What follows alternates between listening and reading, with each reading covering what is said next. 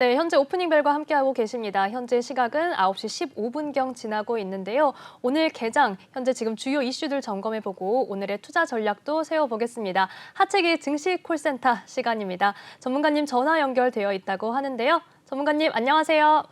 네, 안녕하세요. 하채희 전문가입니다. 네, 오늘 정말 기분 좋게 좀 인사를 드릴 수 있을 것 같습니다. 현재 지금 상승 흐름 보여주고 있는데 개장 상황 어떻게 보고 계십니까? 네, 시장 같은 경우는 유럽 쪽에서 또 좋은 그 기대가 되는 이야기가 좀 들려왔고, 또 미국 쪽에서도 유가가 좀 하락을 하면서 인플레이션에 대한 부분에 있어서 약간의 또 희석이 되는 그런 부분도 좀 있다, 이렇게 보시면 될 것 같고요.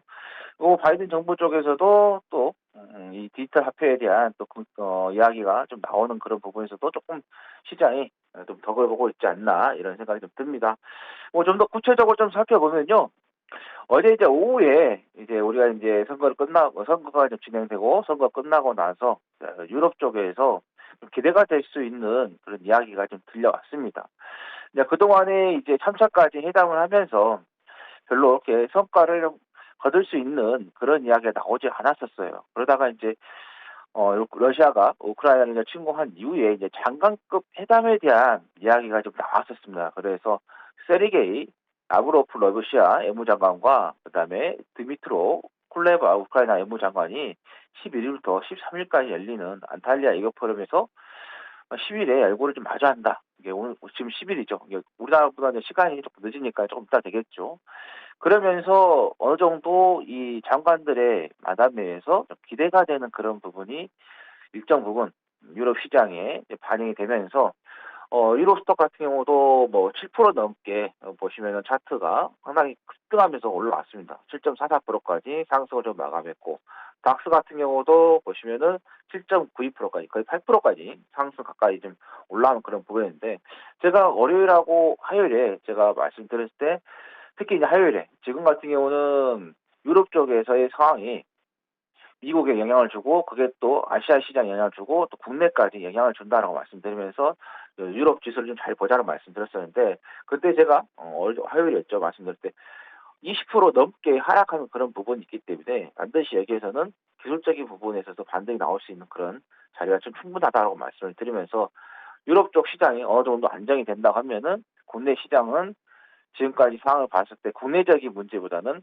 외적인 문제였기 때문에 안정을 좀 찾아갈 수 있다는 말씀드리면서 저가 매수 이야기를 좀 말씀드렸었는데, 일단 지금 긍정적인 그런 시장의 흐름이 좀 보이고 있다, 이렇게 좀 보시면 될 것 같고, 그다음에 이제 미국 쪽에서 러시아에 대한 부분에 있어서 원유 수입 금지를 이제 나왔는데, 화요일 날 제가 말씀드리면서 유럽 쪽에서, EU 쪽에서는 특히 독일 총리 쪽에서는 당장 지금 부분에 있어서는 중단하기가 좀 어렵다.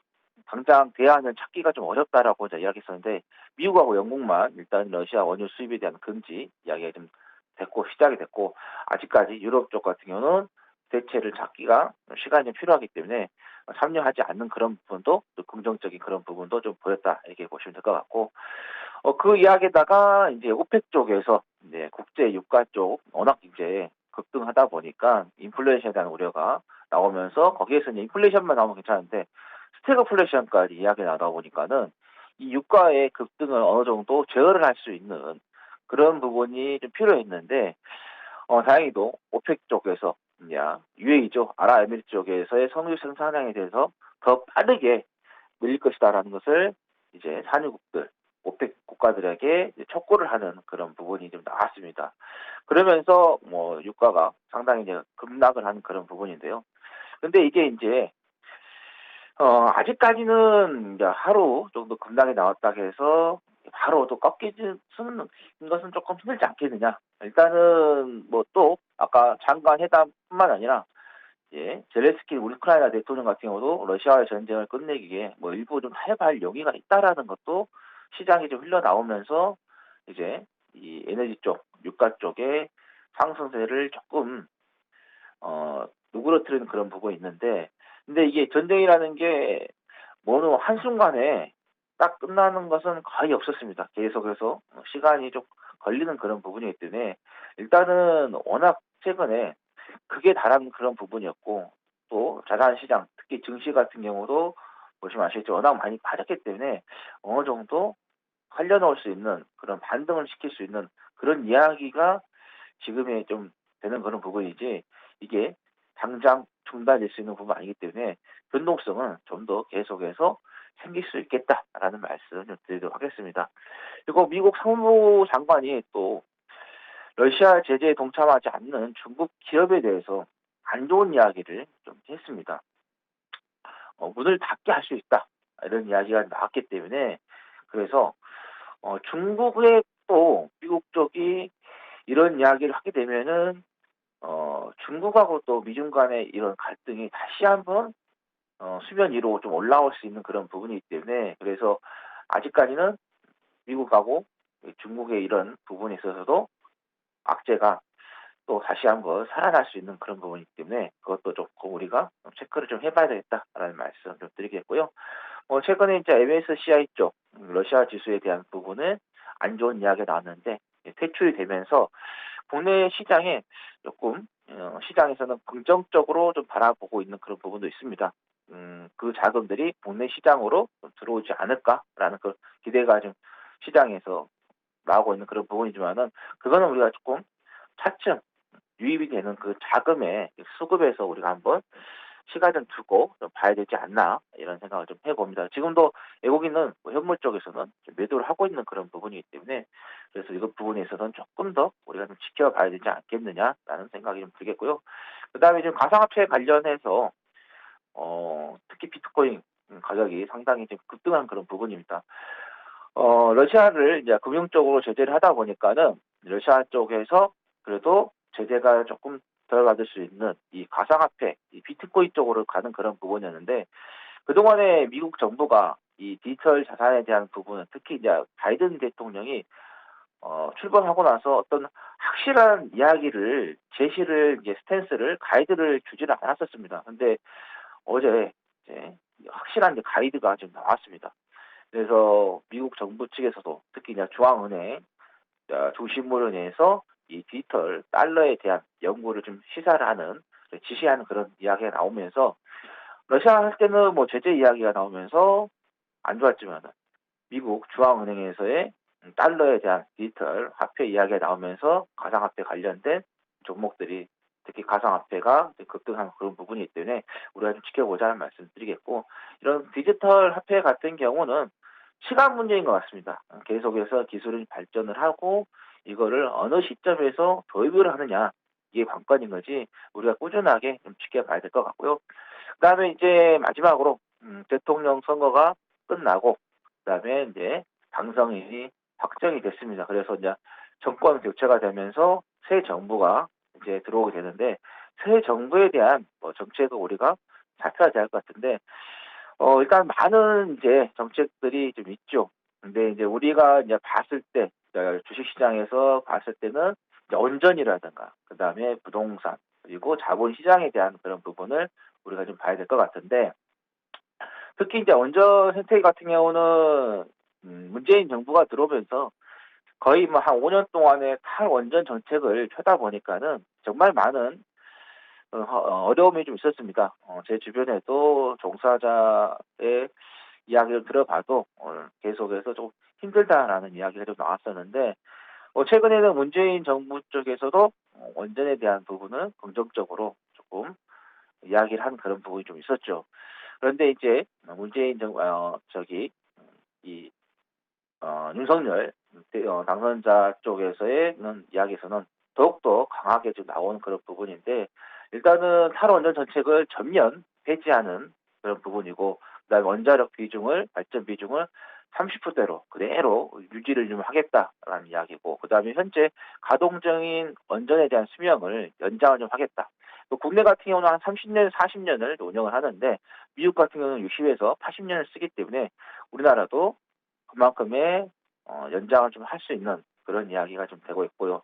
그다음에 신한울 3억에 4억이 이 중단이 된 그런 부분인데 건설을 재개하겠다 계획을 확실하게 발표를 했기 때문에 이런 원전 관련된 부분에서도 우리가 계속해서 한 번 정도는 체크를 해야겠다. 그래서 강력하게 이 검찰총장 재임 시절부터 해서 월성 원전 이런 평가 부분에 있어서도 계속해서 이야기를 했기 때문에 보시면 될 것 같고, 그다음에 이제 유럽이랑 이쪽을 봤을 때 이제 소형 모듈 원전 쪽으로 해서의 투자가 이루어지고 좀 만들어지고 있는, 지어지고 있는 그런 부분이기 때문에 차세대 원전과 원자력 수소 개발에 대한 부분에서도 우리가 좀 지켜봐야 된다 말씀드리겠고, 그다음에 이제 부동산 정책이죠. 임기 내에 250만 가구를 신규 주택 공급하겠다.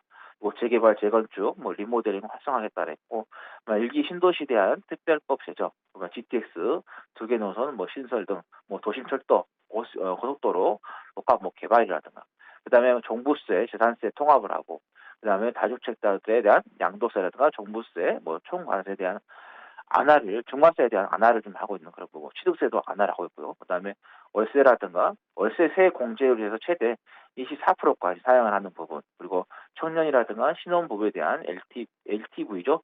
80% 상향하는 그런 부분이기 때문에, 그래서 부동산에 대한 주요 공약들도 집중적으로 했기 때문에 건설 쪽 관련된 부분도 우리가 좀 봐야 될 것 같고, 우리가 이제 주식을 또 거래를 하고 있기 때문에 처음에는 증권거래세를 이제 하겠다 했는데 그걸 폐지를 해버리고 없던 일로 하고 바꿨죠. 주식 양도소득세에 대한 폐지, 그다음에 금융투자 소득세 도입에 대한 백지화, 그리고 뭐 아까 말씀드렸던 가상자산이죠.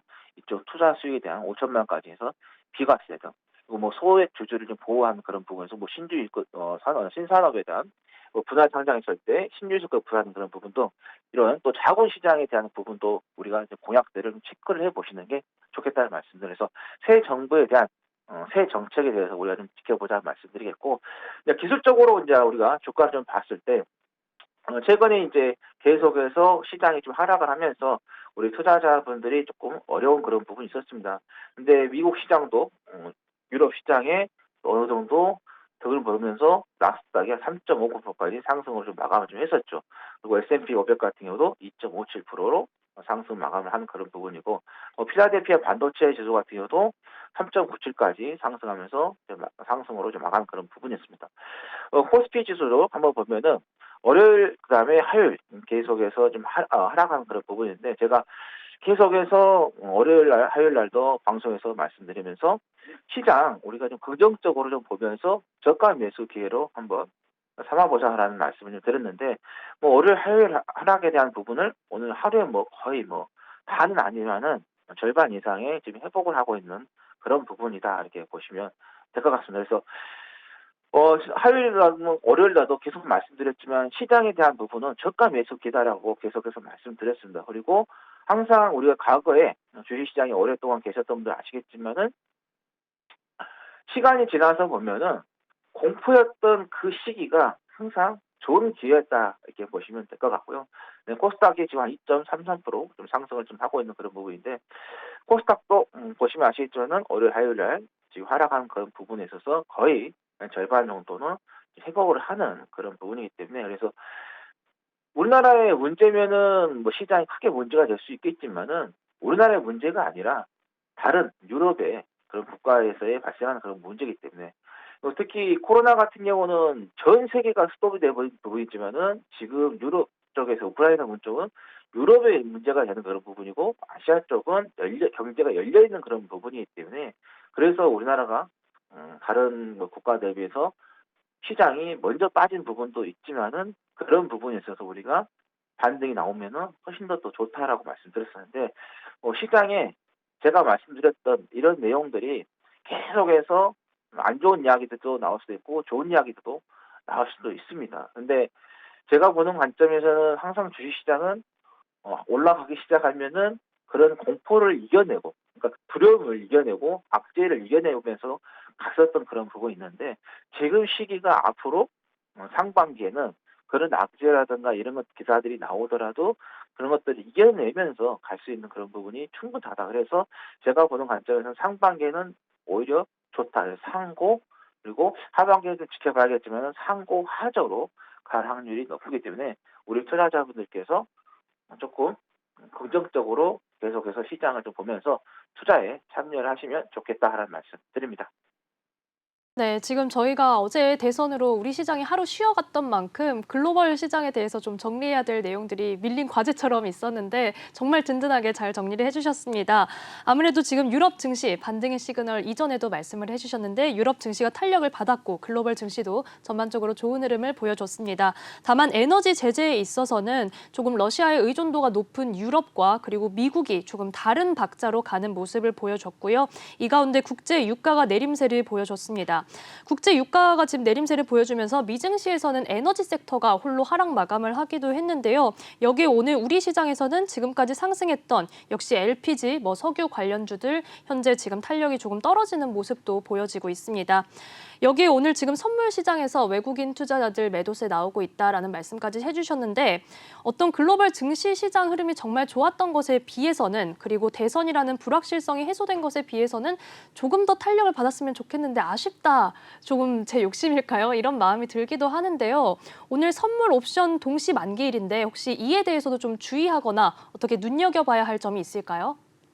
오늘이 이제 선물 옵션이 만기인데 오히려 오늘은 이 어떤 변동성에 대한 부분에 있어서는 받지는 않을 것 같습니다. 왜냐하면은 개인이 그동안에 매수를 계속했다가 이제 개인들이 공포에 좀 질려 있었는데 그 공포에 질려 있었던 그 상황이 극대로 이제 올라왔었는데 개인들이 이제 시장에 올라오니까 일정 부분 지금 물량을 좀 정리를 하는 그런 부분이고 외국인도 지금 매도를 좀 하고 있긴 하겠는데 그렇게 많은 매도 물량이 좀 나오고 있지는 않다 이렇게 좀 보시면 될 것 같습니다. 그리고 지금 이제 추이를 좀 보면은 이게 이제 코스피의 이제 추인데요. 이제 레드가 이제 외국인이고 그다음에 그린이 이제 개인인데 보시면 아시겠지만은 개인이 이제 공포심에서 시장에 올라오니까 무서워서 정리를 하는 거예요. 처음에는 매수를 했다가 지금 이제 매도를 하고 있는데 그 매도 물량을 외국인이 지금 받아가고 있다라는 거죠. 그래서 제가 보는 관점에서는 오늘 선물 옵션 만기이지만은 무난하게 갈 것 같고요.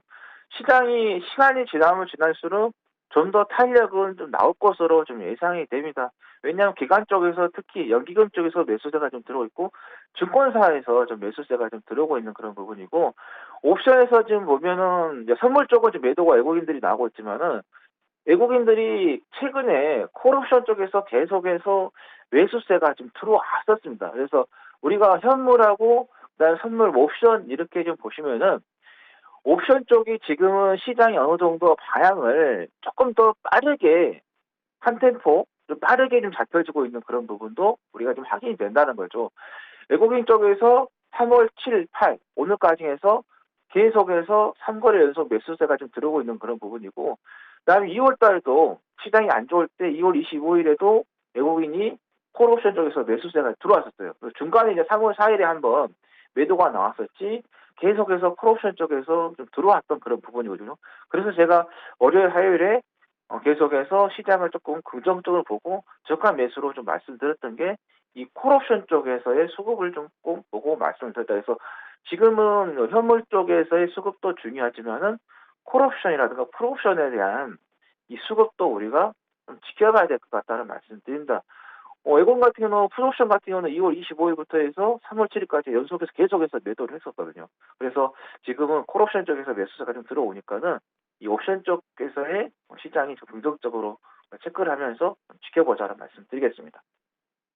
네, 말씀해 주신 것처럼 오늘 현재 지금 기관 투자자들이 현재 양시장에서 물량 담아내고 있고요. 개인이 매도 우위 성향 보이고는 있지만 거래 대금은 이전의 매수세에 비해서는 조금 적게 움직이는 상황입니다. 현재 지금 앞서 글로벌 증시 짚어주시고 나서 국내 시장 아무래도 대선 관련된 이런 정책 관련된 테마, 원전과 그리고 부동산 정책에 대해서도 말씀을 해주셨는데요. 오늘 현재 지금 원전 관련주 그리고 건설주들이 일제히 상승불 켜내고 있습니다. 이 중에서 특히 관심 가져보면 좋을 종목 어떤 게 있을까요? 저는 이제 한국전력을 좀 보고 있습니다. 그냥 한국전력이 워낙 계속해서 좀 적자가 나는 그런 부분이었기 때문에 그래서 이걸 어느 정도 해결할 수 있는 그런 방안이 나와야 될 텐데 했는데 일단은 새 정부가 들어오면서 그 새 정책에서 강력하게 원전에 대한 활성화에 대한 의지가 상당히 좀 있는 그런 부분이기 때문에 그래서 저는 이제 한국전력을 조금 우리가 좀 관심 있게 좀 보자라는 말씀을 드립니다. 아까 이제 말씀드렸던 내용을 좀 반복해서 좀 말씀을 드리는데 윤석열 당선인이 계속해서 공약을 할 때, 그리고 또 선거 운동할 때도, 또 그다음에 뭐 토론이라든가 이야기할 때 이런 이제 에너지 쪽 관련해서 탈원전 정책에서 전면 폐지를 하겠다, 완전히 이제 수정을 하겠다라고 했었죠. 그래서 일단은 뭐 우리나라 같은 경우라든가 뭐 미국 같은 마찬가지로 신재생 쪽으로 해서 뭐 태양광이라든가 뭐 풍력 이런 쪽으로 계속해서 가는 그런 부분이었는데, 어느 정도 그 부분이 조금 제동은 걸릴 것 같기는 하는데, 근데 그것도 완전히 멈출 수는 없습니다. 왜냐하면 세계적인 추세 자체이기 때문에 일정 부분은 그건 따라갈 것 같은데, 근데 탈원전 정책이 전면 폐지 나왔기 때문에 우선적으로 이런 원자력 관련된 종목들이 좀 수혜를 좀 볼 수 있다, 이렇게 보시면 될 것 같고, 발전 비중에 대한 부분에 있어서 계속해서 30%대를 유지를 하겠다라고 했기 때문에 어느 정도의 그런 원전에 대한 부분은 비중이 계속해서 유지가 되면 안정적으로 갈 수 있는 그런 부분이기 때문에 한국전력을 좀 말씀을 드리는 거고, 그다음에 원전에 대한 부분 계속해서 현 정부에서는 조금 중단을 하거나 뭐 줄여가는 그런 부분이 있는데, 이 수명을 좀 더 연장을 하는 그런 부분이기 때문에 이런 부분에 있어서 우리가 좀 보시면 될 것 같다는 말씀드리겠고, 그다음에 뭐 신한울 3, 4호기 같은 경우는 건설 재개가 되면서 원전 정상화에 대한 기대를 좀 해볼 수 있는 그런 부분이고, 그다음에 소형 모듈 원전 같은 경우는 특히 이제 유럽 쪽에서 이쪽에 대한 부분이 관심이 좀 많이 있죠. 그래서 우리나라도 그쪽 이제 유럽 쪽에서 많이 좀 참여를 하면서 기대가 되는 그런 부분이 좀 있는데, 그래서 이런 SMR 쪽 관련해서도 우리가 좀 지켜보면서 한국전력을 좀 관심 있게 좀 보자라는 말씀드리겠고, 뭐 주가를 좀 보시면 아시겠지만 연봉을 좀 보면은 2016년부터 해서 계속해서 하락을 했어요. 작년, 재작년에 15,550원까지 갔죠. 그러니까 이게 63,700원까지 갔을 때 뭐 국민주 해가지고 상당히 인기를 얻었었지만은, 그 뒤로는 2020년까지 해서 63,700원 됐던 게 15,550원까지 너무 많이 빠졌습니다. 그래서 원전에 대한 부분에 있어서 상당히 좀 염려가 좀 있었던 그런 부분인데, 이제는 이제 새 정부가 좀 들어왔기 때문에 뭐 또 이제 이런 전기 가격 같은 경우는 어느 정도 좀 정상화 좀 될 수 있는 그런 부분도 있기 때문에, 그동안에 이제 적자가 좀 심화가 됐는데 어느 정도 적자를 좀 회복할 수 있는 그런 부분 관점에서 우리가 기대를 한번 해보자는 말씀드리겠고, 일봉을 좀 봤을 때도 최근에 작년 12월 18일이죠. 여기서 이제 재작년이네요. 2020년 12월 달에서 찍고 나서 좀 빠졌다가 장기적으로 지금 조정이 나왔다가 지금 올라간 그런 부분이기 때문에, 그래서 정책적인 이런 수혜를 좀 받을 수 있는 그런 관점에서 우리가 좀 장기적으로 충분히 계속해서 좀 지켜보면 좋겠다는 말씀드리겠고, 오늘 이제 어제 이제 오늘 이제 새벽에 당선인이 확정이 되고 정책이다 보니까는 시가가 좀 높게 잡으면서 좀 가는 그런 흐름인데요. 제가 보는 관점에서는 한국전력가는 단기적인 매매의 매력보다는 이제 새로운 정보가 들어왔기 때문에 이 5년 동안에 장기적인 그런 매력이 충분히 좀 갖춰져 있다, 이렇게 좀 보시면 될 것 같습니다. 그래서 지금 뭐 시가 대비 밀리고 전년 이제 전거래 대비해서 상승하고 있는 그런 부분이지만은, 이거는 지금부터 눌림목이 나오면은 계속해서 비중을 좀 실어가는, 그래서 추가 매수를 계속해서 해야 되지 않나, 이런 생각을 좀 해봅니다. 그래서 이런 정책주들 같은 경우는 장기적인 그런 목표를 좀 세우고 가신다고 하면은 좋은 결과가 좀 있지 않을까라는 생각이 좀 듭니다. 네, 지금 한국전력에 대해서 소개 말씀 자세히 해주셨습니다. 아무래도 윤석열 당선인이 지금까지 대선 기간 동안 계속해서 원전 정책 강조를 해왔었는데요. 원전 기술 개발이나 수출 확대, 그리고 탈원전 정책 전면 폐지를 주장을 해왔는데, 이 모든 부분에서 맞아떨어지는 정책 수혜주가 될 수 있다라고 말씀해 주셨습니다. 여기에 장기적인 매력도 충분하다라고 언급을 해주셨는데요. 현재 지금 주가가 너무 많이 빠져 있기 때문에 앞으로 좀 반등의 어떤 추세를 기대해 볼 수 있지 않을까 싶습니다. 가격 전략은 어떻게 세워보면 좋을까요? 네, 뭐 현재가에서도 충분히 대응이 가능하고요. 뭐 23,500원이라든가 23,000원 또는 22,500원, 그래서 지금 가격대에서 120원까지 그 밴드를 조금 넓게 잡고 분할 매수로 계속 하시면 될 것 같고, 제가 보는 관점에서는 이 지점부터 해서 파동이 아니라 추세가 바뀔 수 있는 그런 부분이다. 그래서 우리가 주가를 매매를 할 때 파동 매매도 중요하지만은 추세를 볼 수 있는 그런 부분이 중요하거든요. 그래서 제가 보는 관점에서는 지금 현 자리부터 현 구간부터 해서 추세로 바뀔 수 있는 그런 부분이기 때문에 현재 값에서 120선 밑에까지 해서 계속해서 내려오면은 분할로 해서 비중을 좀 만들어 보자라는 말씀을 드리겠고, 이 종목 같은 경우는 이제 정책적으로 밀어버리는 그런 부분이기 때문에 아주 많이 간다고 하면요, 2016년도에 있죠. 63,700원까지도 아주 장기적으로 정부 차원에서 계속해서 밀어버린다고 하면은 2016년도에 만들어졌던 이 가격대까지도 우리가 큰 욕심을 한번 내볼 수 있다라는 거죠.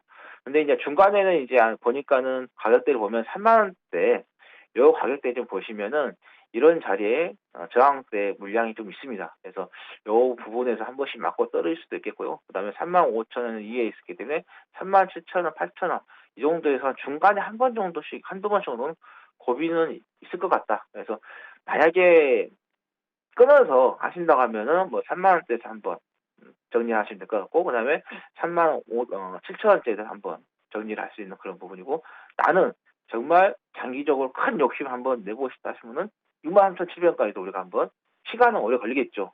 이게 뭐 1년에 끝날 건 아닐 것 같고요. 뭐 2, 3년의 시간을 두고 가신다고 하면은 63,700원까지도 한번 기대를 해보자라는 말씀 드리겠습니다. 네, 정말 장기적인 관점으로 크게 과거와 미래까지 이렇게 좀 살펴주셨습니다. 매수는 현재가 부근에서도 가능하고 조금씩 눌림목이 나올 때마다 추가 매수 전략이 유효하다라고 말씀을 해주셨습니다. 현재 지금 한국전력이 24,250원 선에서 3%대의 상승불을 켜내고 있는 상황인데요.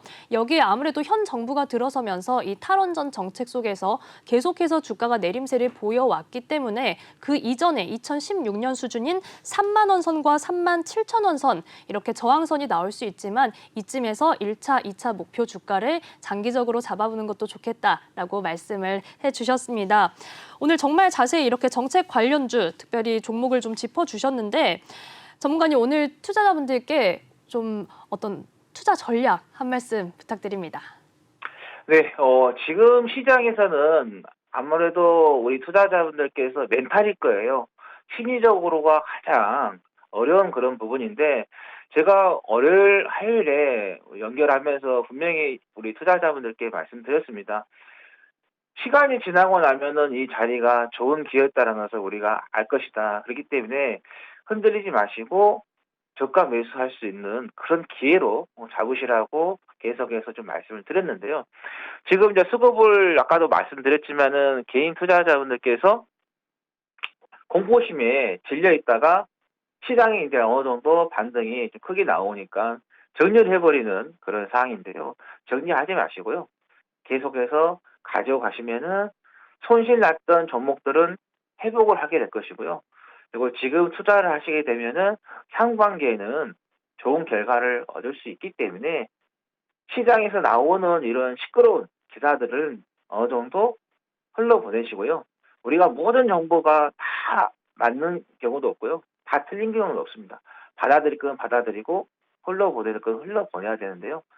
제가 보는 관점에서는 지금 악재성 기사들은 잠깐 기어 담으시고 흘러보내시는 게 좋을 거다 말씀드리겠고, 계속해서 말씀드리지만 시장에 대한 부분은 긍정적으로 보시고 시장에 참여하시라는 말씀 드리겠습니다. 그래서 멘탈적으로는 흔들리지 마시라는 말씀 드리겠습니다.